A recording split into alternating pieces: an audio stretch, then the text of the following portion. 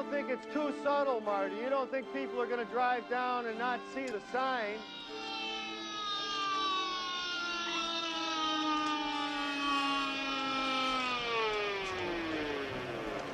You can't park that here.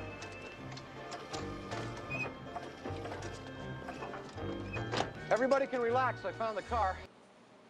Hello everybody, Batsaid here, bringing you a review of the new LEGO Ideas Ecto-1 Ghostbusters 30th Anniversary set. I believe the company's original name was Cusoo before they became known as LEGO Ideas. To be honest, this is my first LEGO set in almost probably like over 20 years. So I have no real background knowledge of the set itself beyond the fact that it's A, Ghostbusters, B, I'm a huge Ghostbusters fan, and C, well, I'll get into C a little bit later when I talk about the building process. Alright, and here we have the actual Ecto. As said before, it was based on a 1959mm Cadillac ambulance. If you ever get the Making Ghostbusters book that came out around the time the movies came out, very expensive find, by the way. It goes into several different sketches of what Dan Aykroyd had intended the car to look like. Those are supposed to have trans-dimensional time-traveling capabilities. It's going to be able to fly. I think even laser zappers were going to be intended at one time before it was scaled back down to just having a generic-looking car that could still look futuristic. Now, the Ecto itself, and I applaud LEGO for being able to do this, because when Brent Waller made his original pitch for a LEGO Ghostbusters set, he had, I don't know exactly how he built his because I'm not a LEGO expert, I'm going to be perfectly honest with that, but I believe he had an interview later on where he said how LEGO was able to tweak and perfect a lot of the elements of his pitch, and I'll show you in just a moment what I mean, especially when it comes to how the windows are. Because if I can just put the car a little forward a little bit more, you can see how it's actually coming into almost a triangle, which is similar to how the car actually looks. I mean, it's a lot more blockier than the actual Ecto looks. So whereas the actual car is a little bit more round, has a little more rounded edge. But I do applaud the fact that LEGO is able to get a lot of the major details of this car down almost to a T in terms of the brick quality, because, well, let's face it, the only times the Ecto's ever really been done was back when Kenner had the toy license back in the 80s, and that was for the real Ghostbusters toy line. Trendmasters again in the 90s with the Extreme Ghostbusters toy line, and not to mention numerous tie-ins for back-to-school merchandise, Happy Meals, and Hot Wheels, the popular Hot Wheels and Polar Light sets too. Have been very careful about having the Ecto look almost as detailed as possible. So to have it broken down into simple terms and simple LEGO terms is quite an achievement, at least for me.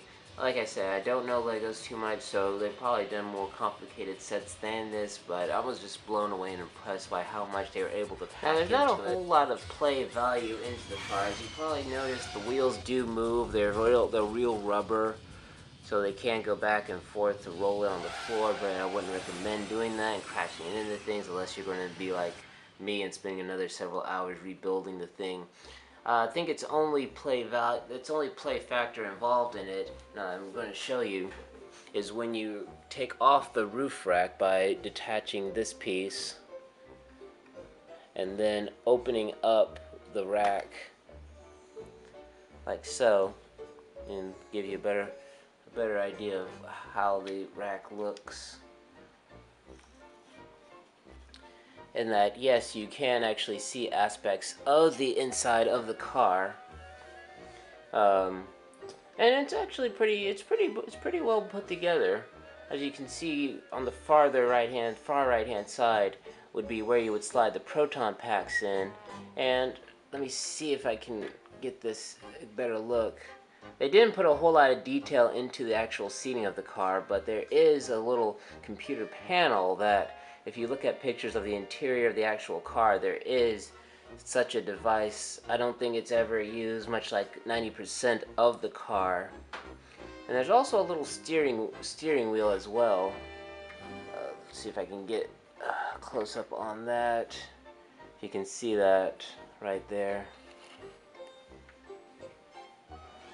So here you have all 4 Ghostbusters that came with the Ecto. As I said before, you've got Peter Venkman, Ray Stantz, Winston Zeddemore, and Egon Spangler. And that's pretty much all that you get with as far as minifigures with the set. You don't have any other ghosts or even any other characters related to the films. It would have been nice to have a little Spectre for them to bust, but I assume that there's probably enough in the Lego minifigs packs that you could probably build something to simulate maybe Slimer or Mr. Stay Puft or even one of the Terror Dogs if you wanted to.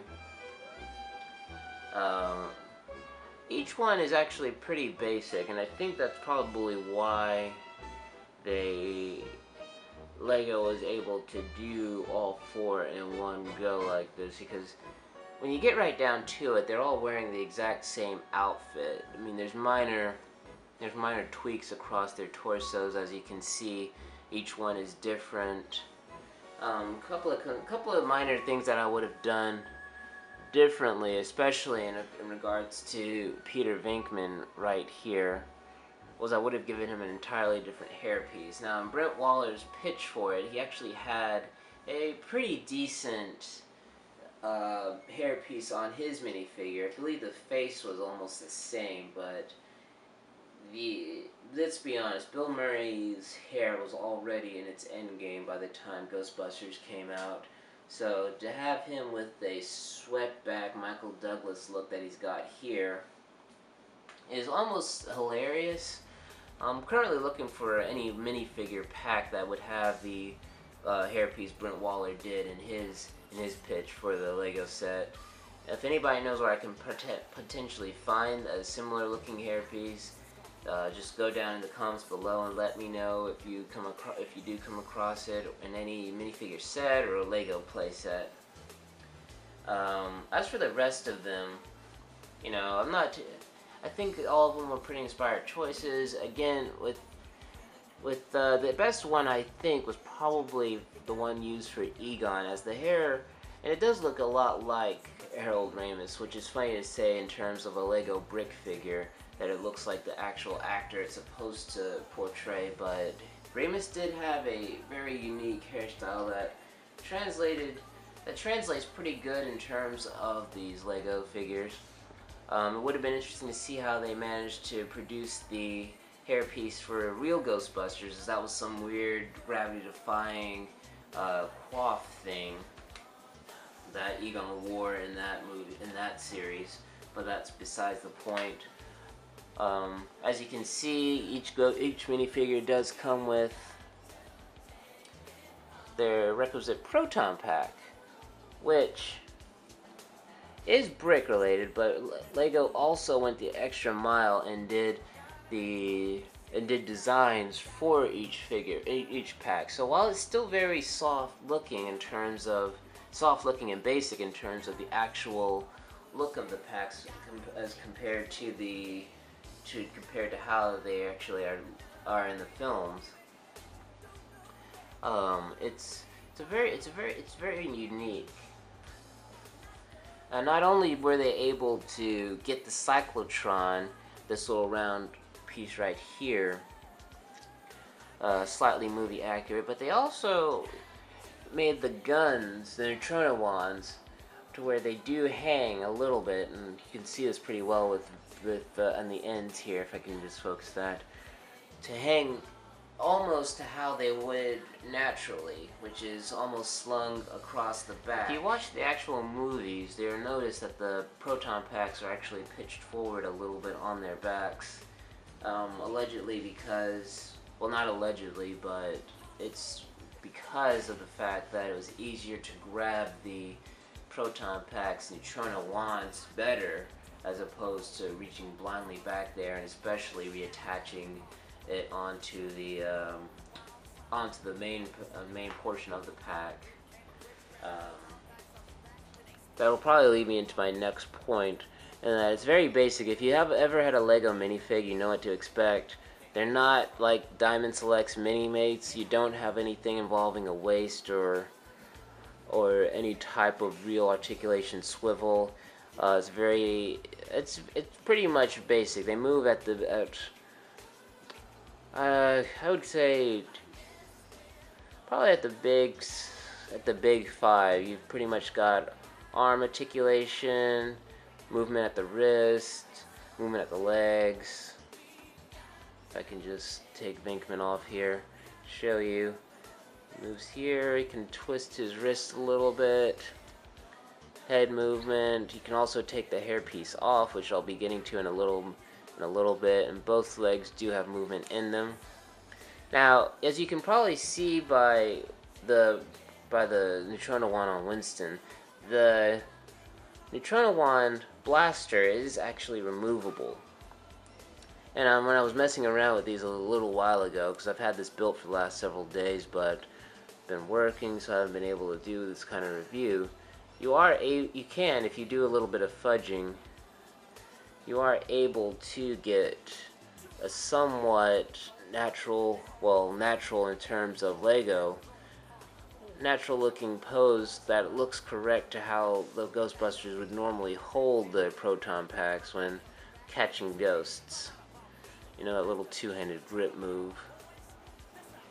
And there you kind of have it. You know, I actually kind of wish that when Diamond Select's Mini-Mates Ghostbusters figures came out, that they had found a way to retool the Mini-Mates bodies so they could actually look to the side or do something better, or hold the actual pack guns with two hands rather than the little shotgun pistol gun grip that they did design. That doesn't look too bad, but it doesn't look quite like it should. Lego, I don't know if Lego is actually intending on it to be used like this. It is a pretty good bit, and it takes a little bit of fudging in order to even get Venkman to hold, or any of the other characters to hold their guns like this. Primarily because of the fact that they weren't designed to do that. But if you look at it from the back, it actually would look pretty. Good, especially if you added a proton stream or something to it as well. Aside from the proton packs, the Ghostbusters minifigures were also included with a couple of extra accessories. There's a nice little base that Lego included that you can stand the guys on. Along with the Ecto-1's logo, the No Ghost logo is indeed printed, so it's not a sticker either. I like the nice little hazard strip running along the side here. I think it's a nice reference to Ghostbusters 2, which was the actual car Ecto that was predominantly seen with that, along with the Ecto-1B in the video game. Who knows if we'll actually see an Ecto-1A or a 1B Lego set at any point. It would take a lot of tweaking in order to get right, and both cars were generally a lot bigger and more expansive than the Ecto-1, but that's besides the point. The other accessories that they come with, as you can see as Egon is holding, I'm not quite sure if it's meant to be the famous PKE meter that he's seen with across both movies and the cartoons and other media, or if it's meant to be a walkie-talkie or of a radio, and you can see the extra one that I have right here that I haven't given to anybody else yet. Kind of small. I think it's actually meant to be some sort of remote control because I noticed Lego puts it with a couple of other playsets, racetrack playset as well. So I don't know if I'll be using it in any type of display. I'm gonna hope that with my Mini-Mates, the Ecto-1, the Mini-Mates PKE piece might fit the Lego hand, so I can probably use that instead.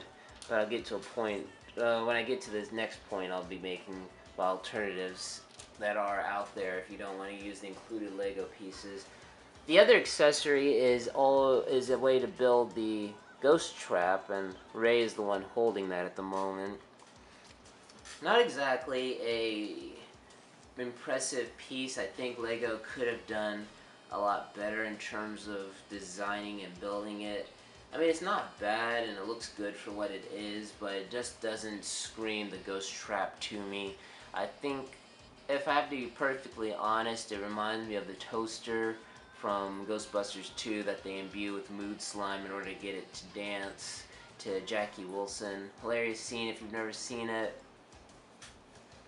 One other last point that I'm going to make with the minifigures, and this was what I found interesting, and I'm going to rotate them around, is that as you can see, none of the figures actually have the No Ghost logo printed on their bodies, or at least on their suits, which, you know, it's glaring. Very rarely do you encounter a Ghostbusters merchandise that doesn't have the No Ghost logo anywhere on them. Brick Forge, a website or a maker, is from my research, that does a lot of peripheral Lego pieces, does have the extra arms that would be needed to attach, that does come with the printed No Ghost logo.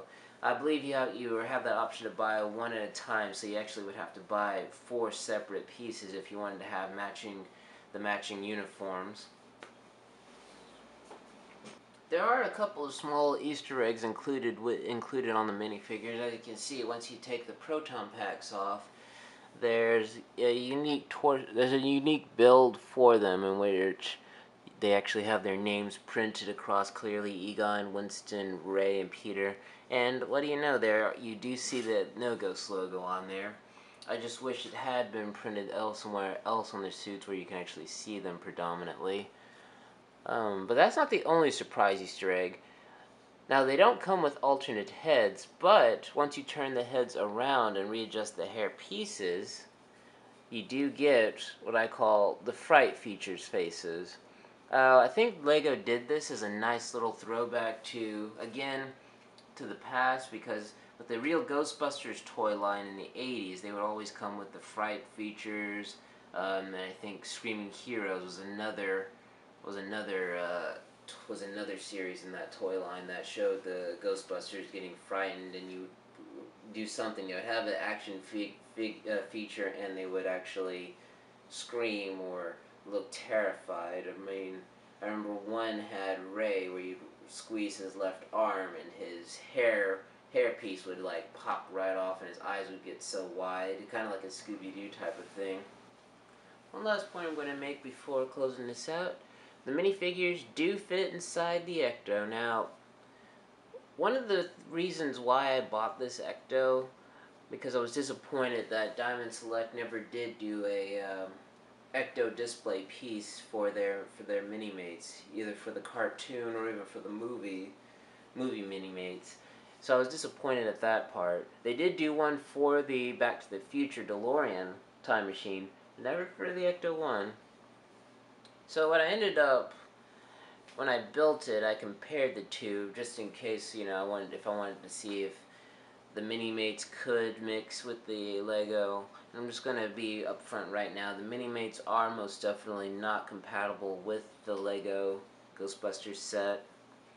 They're just too big. The roof rack will not sit on top of anybody's head. You'd probably have to take the hair pieces off, I think, in order to get it to fit properly, but even then it would be a very tight squeeze and a fit. Lego was able to design a way for the minifigures to sit inside the Ecto. As you can see, I've got Venkman sitting in there, and you can't really see the others, but I'll pop the roof hatch open so you can get a better idea. But the interesting problem is that they only designed it to where 3 of the minifigures can sit comfortably in the car, or as comfortable as a 2-inch plastic figurine can be. The 4th one is probably going to have to be left outside or to the side somewhere if you're trying to do a display piece. But I did discover this after noodling around, and I'm going to show you what I discovered. If you do pop the roof off again to get to the figures,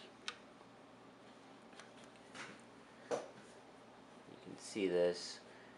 If you just plop any one of the 4 Ghostbusters into that empty area in the back where the proton packs go, you will have all 4 inside the car. It's not a nice, neat looking fit at all, and it's something that will probably bother me until I figure out a way to make it fit, or if I redesign this in some way where it can work better. But at least it has all 4 of them inside the car. Final points to be made with the Lego minifig set. It's a very unique set. You know, I don't think anybody was really expecting it to finally happen. It's interesting that it took a fan to produce a well put together pitch using the actual existing Lego pieces to make this a reality. Because when I was younger, it was always something that was fan demanded, but there was no real way to actually get it made. Or I don't know if Lego had any intention at the time, because well, back around the time, the only way you would actually see anything Ghostbusters was if you went to Hot Topic.